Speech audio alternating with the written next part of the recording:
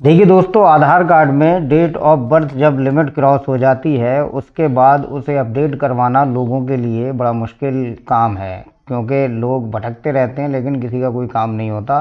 देखिए, self declaration form के साथ बर्थ सर्टिफिकेट लगाया जाता था, लेकिन अब यूआईडीआई ने कुछ न्यू रूल बना दिए हैं। यूआईडीआई के ये जो न्यू रूल हैं ये खासकर डीओबी लिमिट क्रॉस वालों के लिए हैं कि जिनके आधार कार्ड में डीओबी लिमिट क्रॉस हो गई है और उन्हें दोबारा अगर अपडेट करवानी है तो उनके लिए कुछ नए डॉक्यूमेंट आए हैं। सेल्फ डिक्लेरेशन फॉर्म अब नहीं लगाया जाएगा। तो आप देख सकते हैं ये करीब 13 पेज हैं, इनमें सब कुछ लिखा है। मैं पूरी डिटेल वीडियो इस पे कल बनाऊंगा। फिलहाल आपको मैं जो एफिडेविट या जो एनेक्सर यूआईडीआई ने लॉन्च किए हैं, जारी किए हैं लोगों के लिए जिनकी डीओबी लिमिट क्रॉस हो गई है आधार में, अपडेट करना है अगर उन्हें दोबारा से, तो उनके लिए जो एफिडेविट जो एनेक्सर यूआईडीआई की तरफ से आए हैं मैं उन्हें आपके सामने रखूंगा और उन्हें समझाने की कोशिश करूंगा, सिखाने की कोशिश करूंगा कि आप उन एनेक्सर्स को और उन एफिडेविट्स को किस तरीके से भर सकते हैं।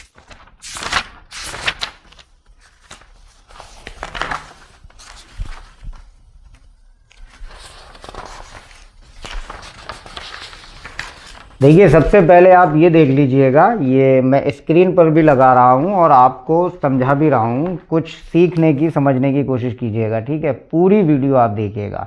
इसमें सबसे ऊपर लिखा हुआ है एनेक्सर 1 फॉर एडल्ट, मतलब जो लोग बालिग हैं, जो एडल्ट हैं, उनके लिए एनेक्सर है। Affidavit for date of birth updation applicable for cases where the DOB is verified in Aadhaar, मतलब अगर किसी के आधार कार्ड में डीओबी वेरीफाई है और फिर उसके बाद उसकी डीओबी लिमिट क्रॉस हो गई है तो ये उसके लिए है। अब ये जो है 10 रुपये के स्टाम्प पेपर पे ये प्रिंट होगा पूरा परफॉर्मा।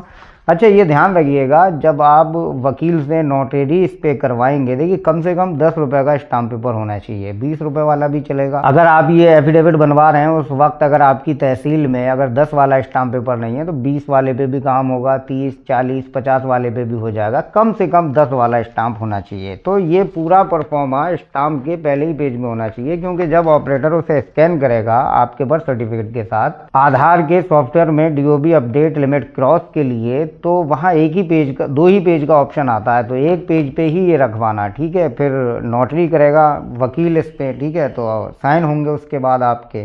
तो ये सारा भरना है। पहले नंबर पे आपको अपना नाम, फिर अपने फादर का नाम, फिर अपना पूरा एड्रेस, फिर अपना आधार नंबर भरना है, ठीक है।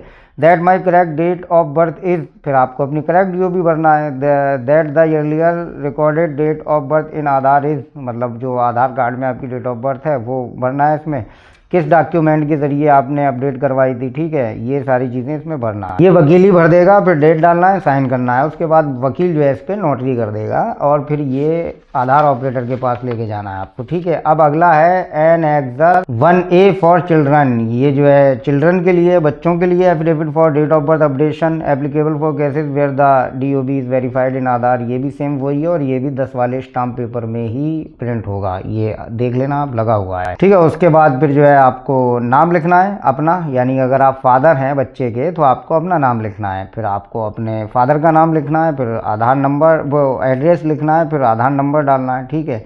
उसके बाद बच्चे का नाम और फिर बच्चे का आधार नंबर, मतलब पहले वाले कॉलम में फादर को या मदर को, नाबालिग बच्चा है ना, तो फादर को या मदर को अपना और अपने पति या पिता का नाम डालना है, फिर अपना एड्रेस डालना है, अपना आधार नंबर डालना है, फिर बच्चे का नाम है, फिर बच्चे का आधार नंबर है, वही सारी चीज़ें वकील भर देगा इसको भी, ठीक। जल्दी जल्दी समझाने की कोशिश कर रहा हूँ क्योंकि मैं चाहता हूँ कि कम से कम 5 या 6 मिनट की वीडियो हो तो आप लोग बोर भी ना हो देखने में, है ना, आसानी के साथ आपका भी काम हो जाए।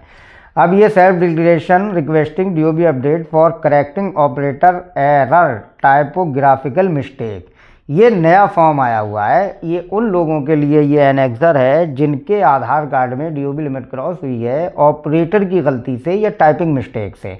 एनेक्सर 2 फॉर एडल्ट, ये बालिग लोगों के लिए है, बड़े लोगों के लिए है। और ये सेल्फ डिक्लेरेशन फॉर्म उसी के लिए मैंने आपको बताया कि टाइपिंग मिस्टेक से अगर आपकी डीओबी लिमिट क्रॉस हुई है या ऑपरेटर की मिस्टेक से हुई है तो ठीक है। फिर आपको अपना नाम लिखना है, अपने फादर का, आधार नंबर, डेट ऑफ बर्थ वगैरह, ये सारी, ये वकील से नहीं भरवाना है आपको, ये आपको सेल्फ ही भरना है। ये सेम वैसा ही है जैसे सेल्फ डिक्लेरेशन का फॉर्म हुआ करता था, देख लीजिएगा आप स्क्रीन पर, ठीक है। फिर नेम एंड सिग्नेचर करना है आपको, डेट डाल देना है, तो ये ऑपरेटर जो है इसे अपलोड कर देगा आपके बर्थ सर्टिफिकेट के साथ आधार के सॉफ्टवेयर में, ठीक है। अब अगला देख लेते हैं हम annexure second A for children, ये बच्चों के लिए self application requesting DOB updation for correcting operator error typographical mistake.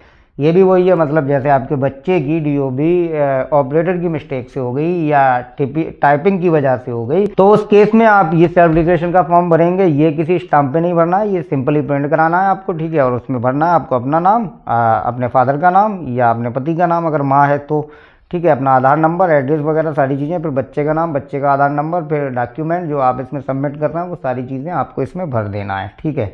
उसके बाद जो है नीचे साइन होंगे गार्जियन के, ठीक है, माता या पिता या कोई गार्जियन है अगर तो उसके, ठीक है।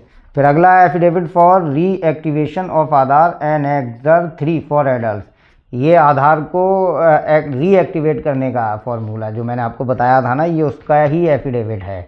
मतलब मेरे लोगों ने कमेंट करके ये भी पूछा था कि भैया जब आधार डीएक्टिवेट हो जाएगा फेक बर्थ सर्टिफिकेट वाला, जिसकी फेक बर्थ सर्टिफिकेट से डीओबी लिमिट क्रॉस हुई है, तो फिर वो रीएक्टिवेट कैसे होगा। तो ये एफिडेविट उसमें लगेगा, देख लेना ध्यान से। ये भरना है आपको, ये वकील ही भरेगा, ठीक है। इसमें ये 10 वाले स्टाम्प पेपर पे प्रिंट होगा, जो ज़्यादा वाले पे हो जाए तब भी कोई दिक्कत नहीं है। तो ये बहुत राहत भरी अपडेट है उन लोगों के लिए जिनकी जो है वो फेक बर्थ सर्टिफिकेट से डीओबी लिमिट क्रॉस हुई है, ठीक है। अब लास्ट वाला एनेक्सर देख लेते हैं हम, annexure 3A for children affidavit for reactivation of Aadhaar. ये भी सेम वही है, आप देख सकते हैं आसानी के साथ। इसमें मदर या फादर को जो है नाम भरना है, फिर अपने पिता या पति का नाम भरना है, अपना एड्रेस वगैरह, और फिर आधार नंबर, फिर बच्चे का नाम, बच्चे का आधार नंबर, डीओबी डॉक्यूमेंट क्या दे रहे हैं वो सारी चीज़ें।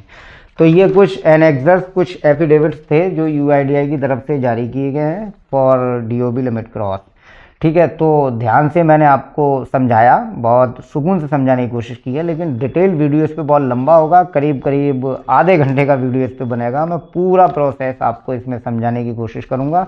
वो वीडियो कल या परसों नेक्स्ट जो वीडियो आएगा, मैं उसमें ये पूरे 13 पेज जो भी यूआईडीआई की तरफ से एसओपी जारी हुआ है, मतलब क्या नियम क्या कवानीन है, फुल डिटेल में आपको बताऊँगा। चैनल को सब्सक्राइब करके रखिएगा।